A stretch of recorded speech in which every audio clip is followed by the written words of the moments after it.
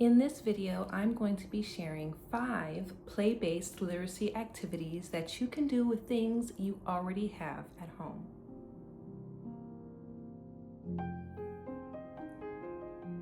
Hello, my name is Sashin Kamau, and I am the co-founder of Little Hands Literacy LLC.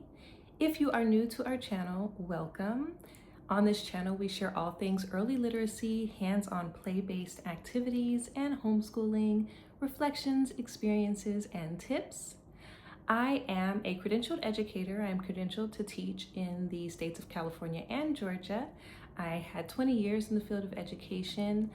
10 of those years was as a kindergarten teacher. I was also a second grade teacher, a K through 6 reading interventionist and specialist, and I was also a certified facilitator and coach for a national reading company.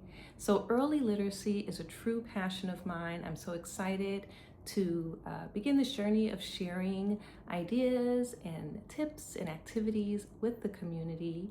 And today I am going to be sharing 5 hands-on play-based literacy activities that you can do with your little ones with things that you already have at home.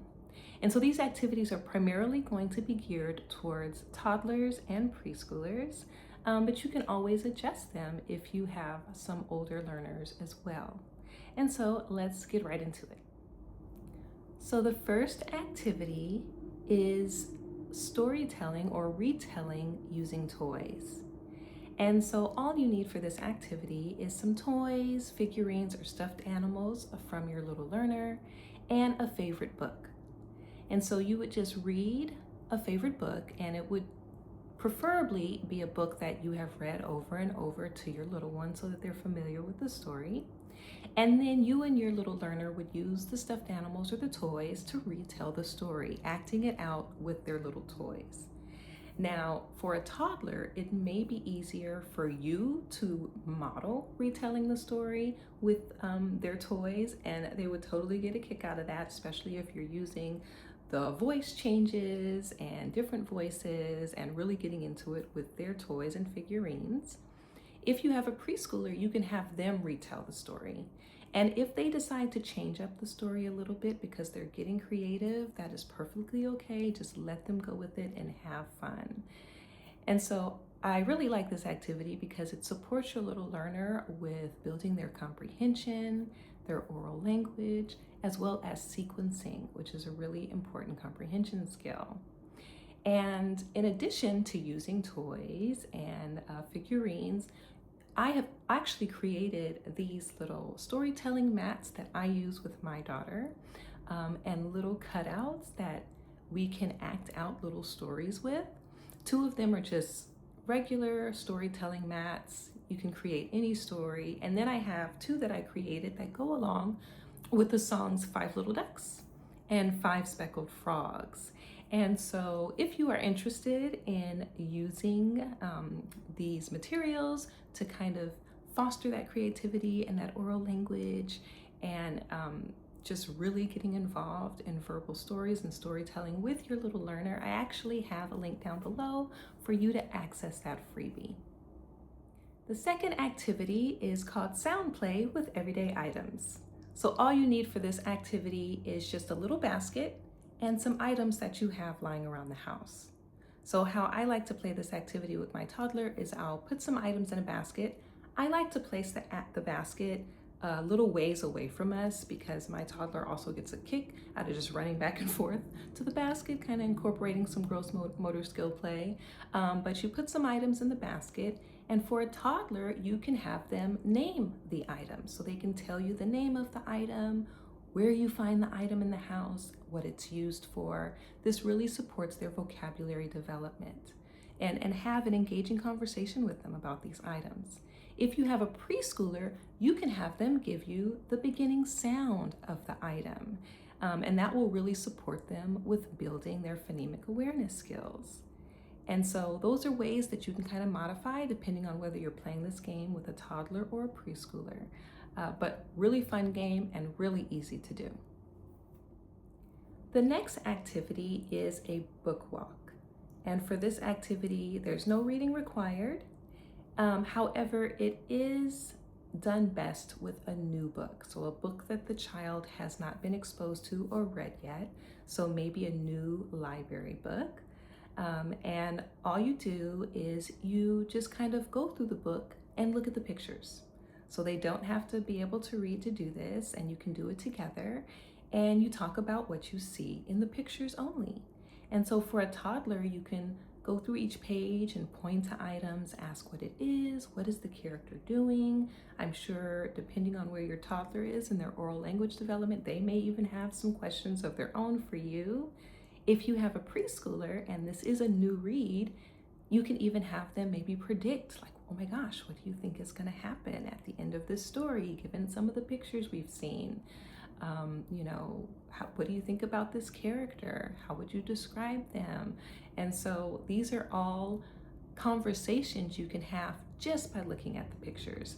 And I really like this activity because it also teaches your little one that they can explore books on their own. Oftentimes our toddlers and our preschoolers, depending on where your preschoolers are on their reading journey, they often want to be read to. They always want to bring books to you to read, which is obviously something that you want to do throughout the day. But if you're busy and they want to look at a book, you can say, why don't you do a book walk or a picture walk? And then they can begin to learn, you know what, I can engage with this book on my own, and it's interesting and it's fun. And it kind of empowers them to know that, we don't always have to know how to read to engage with a book. So it gives them that option for, especially if you have little ones, if you have older kids that you're working with. For all of my homeschooling families, this gives your little one something to do during that independent read time as well. So this next activity is lots of fun. I call it action word act out. And so all you really need, if you wanted to connect this activity to a book, you could. If you have a book that has a lot of action words in it, a book that your toddler really enjoys, you could have them act out the action words as you're reading the book, which supports with their vocabulary development. You could also just begin to call out some words. If you have a preschooler, calling out some action words and having them act it out. I actually took this a little step further with my daughter. I created some action word cards, and I created this little colored die that we use. I really like it because not only is it supporting her with learning action words and acting it out and really engaging with the activity, but it also supports her with color recognition. And so she just rolls the die, whatever color comes up, she turns that card over, and me and her both, we act out whatever the word is. And so this really supports her with learning those action words. I have actually attached a link to that game. I am offering it to you guys if you want to try it out with your toddlers, even your preschoolers. They'd probably get a kick out of it too. So feel free to grab that freebie if it sounds like something you're interested in. But it's a really fun game that supports with gross motor skills, but also vocabulary development, making meaning of words, and it's just a lot of fun. The last activity that you can do with things that you just have lying around the house is an activity called environmental print play. And so all you need for this activity is maybe some takeout menus you might have lying around, maybe some magazines, catalogs, maybe even your grocery list. And basically what you do is you find these items and you can talk about what these things are used for. You can explore a menu with your little one, talk about the foods that you like, and then maybe even take it into a game of restaurant. Like, okay, we just looked at a menu. I need a menu for the restaurant. I need to know what to order from your restaurant. Maybe even having your toddler or your preschooler scribble out a menu. They can tell you what each little scribble or picture is, and you can write out the menu name for them. This is a really fun game because it brings meaning to the print that they see around them. It gives them meaning for their reading and their writing. It's print awareness. And it's a really fun way to incorporate those pre-writing or even beginning writing skills and making it make sense, making it feel like it's just a game. So like I said, creating a menu for their restaurant play, or if you're going to the grocery store, maybe having them create their own little grocery list of 1 or 2 things that they'd really like to pick up. Once again, it could be scribbles and you can transcribe for them. Maybe your preschooler can draw an item and transcribe, and you can transcribe for them. But it's just a real fun way for them to begin to connect the purposes of writing, the purposes of reading, to everyday activities and play. So those are the 5 activities that you can do at home with your little learners, with things that you have just lying around the house. I also did a video on how I homeschool my 2-year-old, 5 simple activities that I do daily to support her physical and cognitive development. And I also did another video that you might find useful. It's pre-reading activities that you can do with little learners ages 1 to 5. I will link both of those videos down below if you're interested in checking them out.